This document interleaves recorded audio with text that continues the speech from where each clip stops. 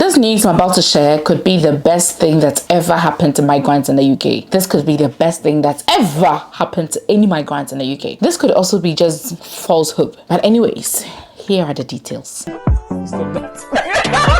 So as you all know, when you get your UK skilled worker visa, let's say you're coming here as a nurse or as a carer under the health and care worker visa or a doctor, or you're just coming here under the tier 2 skilled worker visa, let's say as an IT personnel or as an accountant or whatever job you're coming to do here, you're most likely to see on your BRP or on the letter that is attached to your visa once you are granted the visa that you have no recourse to public funds. And then sometimes they even state in the letter attached to the visa that if you do this, you're in breach of immigration laws and that can affect your future visa applications, blah blah blah. So if you know very well, one headache for migrants is the fact that we do not access public funds. So most migrants, even if somebody is offering them something for free, they are scared. Is this considered public funds? Am I going to be in trouble? I remember not long ago when the cost of living went up, they were sort of like giving back money for the energy crisis. I mean, I think they were giving every household some form of money. I don't know whether it was £300 or £500, every household in the UK. And some people were so scared to collect it because they thought, what if it is considered public funds and when I get it and I'm due to apply for my permanent residency and because of just this £500 my permanent residency is denied. People are always so worried about it and extremely careful about it. So those who are not really certain about what public funds really entail, it's just benefits. If you come to the UK on most visas, you're not entitled to public funds. So for instance, you cannot say that you are disabled and be in the house and be getting benefits from the government like some people are doing, or you cannot say that you don't have enough money and then get support for your children like child benefits and then the government will give you money for your children every week or every month. No, you cannot claim all of those benefits. You cannot claim disability benefits and all of those things. So some of the examples are social housing and homelessness assistance. Some people are in council homes or council apartments because they've claimed this that they cannot afford, right? And then they've been given houses to live in. Sometimes I know somebody who lives in like a 3-bedroom house, very beautiful, and then it's okay, like very decent, and then they are paying about £350 a month. And because this person is entitled to claiming. So for most migrants that come here to work, we are not entitled to any of these benefits. So that is what public funds really does entail. And it's a big headache, right? What has happened now that I'm eager to talk about is a new report that was published by the RCN just recently. So for those of you who don't know what RCN is Royal College of Nursing. So what is RCN? So RCN is like a union mostly for nurses and midwives and nursing students and, you know, some health professionals as well, care assistants as well can join RCN. And what they do is that they represent nurses both legally and professionally. I think they are like one of the world's largest union for nurses. So they provide you with sort of like indemnity cover in your profession. So let's say you have a legal issue at work, they'll give you a lawyer or a legal practitioner to represent you. They'll coach you on how to write, let's say, your statements and all of that if you have legal issues. And they also help nurses professionally with courses and all of that, blah blah blah. If you are a member, I think at the moment you pay a little over £16 per month if you want to be a member. And just recently they published a report and they are asking the government to seize the no recourse to public fund condition that nurses and other migrants have. They are asking the government to seize it immediately to bring an end to it. When I saw the report, I was like, RCN, that's bold. That is really bold. But this type of bold, I really like. So let me give you a bit of history. There are certain things don't say is impossible, right? And I'll read the RCN report to you, or I'll tell you details about the report. But let me give you a bit of history. So you know that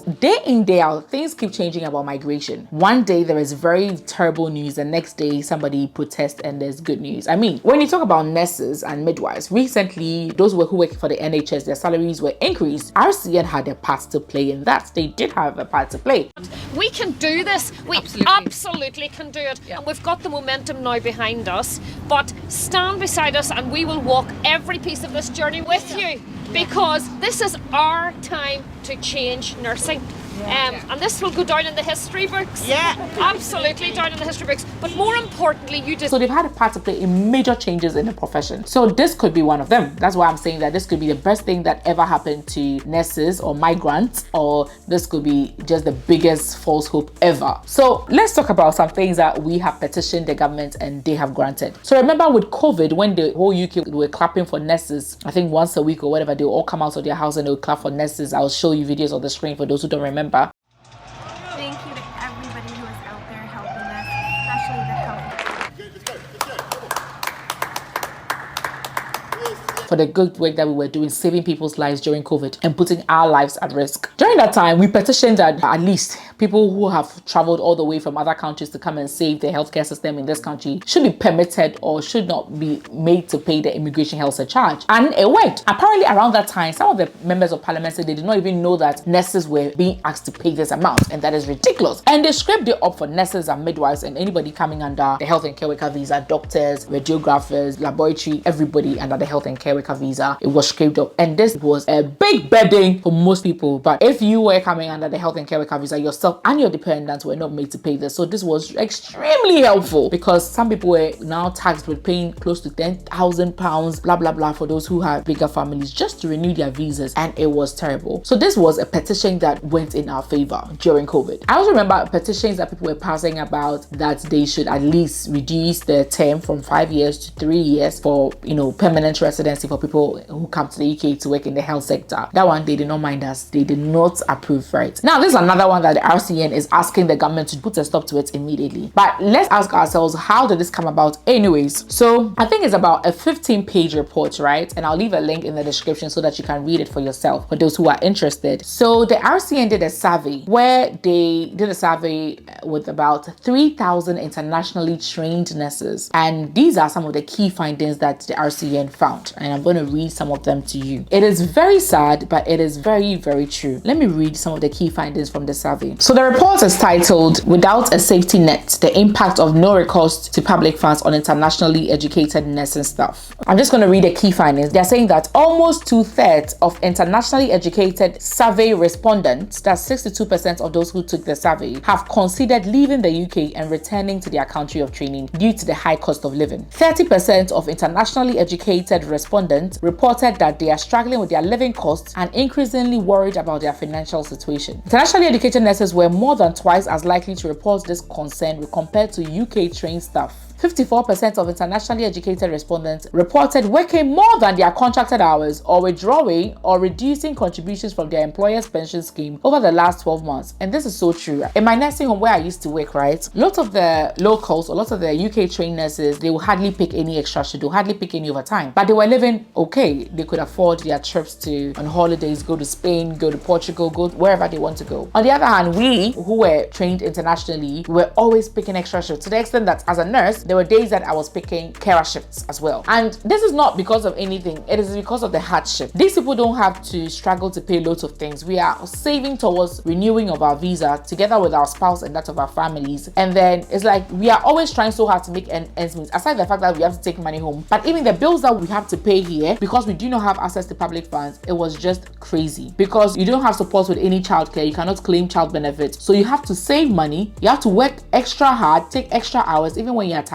to make more money to be able to get a daycare where you pay for your child. Do you understand? So we always have to work extra hard. Some people I know have even stopped their pensions. They stopped contributing to pensions so that they'll get a bit more money to cater for their families. That is not right. Again, they are saying that 20% of internationally educated respondents have withdrawn or reduced contributions from the employer's pension scheme compared to 7% of UK trained respondents. A higher percentage of internationally educated respondents are responsible for the financial household burden compared to UK trained respondents and are more likely to have caring responsibilities. This one is so true. Some people, when they come to the UK, let's say you are a banker back in your home country, let's say you're a nurse and you're married to a banker, right? If you do come to the UK, or let's say you're a lawyer and you're married to a nurse, if you do come to the UK, mostly it's more likely you came with the nurse's visa, right? It's the nurse's visa application that brought the whole family to the UK. It's more likely it's the nurse who got the sponsorship to come, and then let's say the other partner who's in the other profession joined. Although you have a good profession back home as a banker or as a lawyer, it will be a struggle to get an equally good job in that same profession in the UK. Let's say you're a lawyer back in Nigeria. It will be a struggle to start practicing here almost immediately. I'm sure the requirements will be so much, right? Or let's say you're a banker back home. You come here, you follow your wife who is, let's say, a nurse. She comes, she starts working. However, for you, you are not able to get your banking job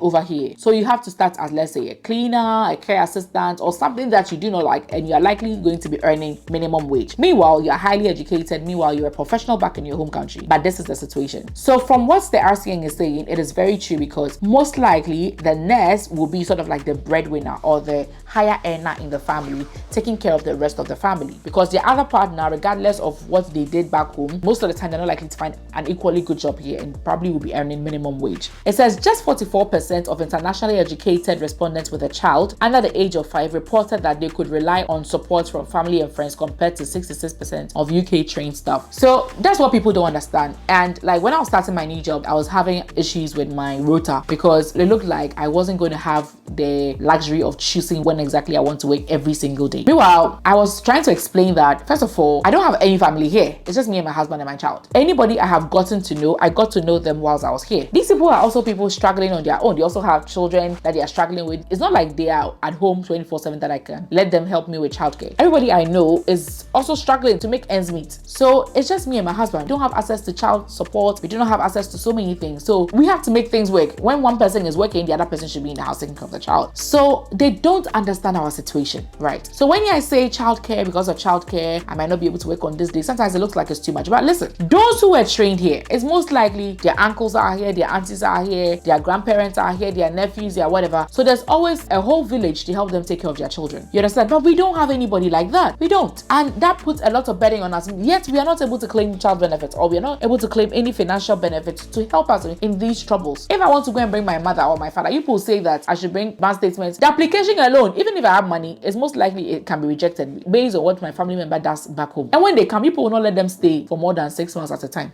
So we go back to square one. So we are really struggling. We are really struggling as internationally trained nurses who have moved here. And it said over a third of internationally educated respondents with a child or children under 5 years, and 40% of those with a child or children between 5 and 16 years old reported struggling with their living costs and feeling increasingly worried about their finances. And the part that I liked about the thought of leaving the UK, and this is so true, they said 62% of those that responded to the survey have considered leaving the UK and returning to their country of training, and 51% reported they were likely to leave their career in nursing altogether. And then let's listen to this part. Some said many respondents expressed their regrets for having moved to UK and their desire to move to countries such as the US, Canada, Australia, and New Zealand. And I know nurses who have even gotten permanent residency but are in the process of moving to Australia and the process of moving to New Zealand or even Canada. Yes, that's how bad it is. It's just like the UK system is just not favorable for migrants. You will be struggling. You will not be so comfortable. No benefits. Meanwhile, in Ireland, nurses that came from Africa are claiming benefits from day one. Child benefits. So why can't the UK do same? Especially for people who genuinely need it.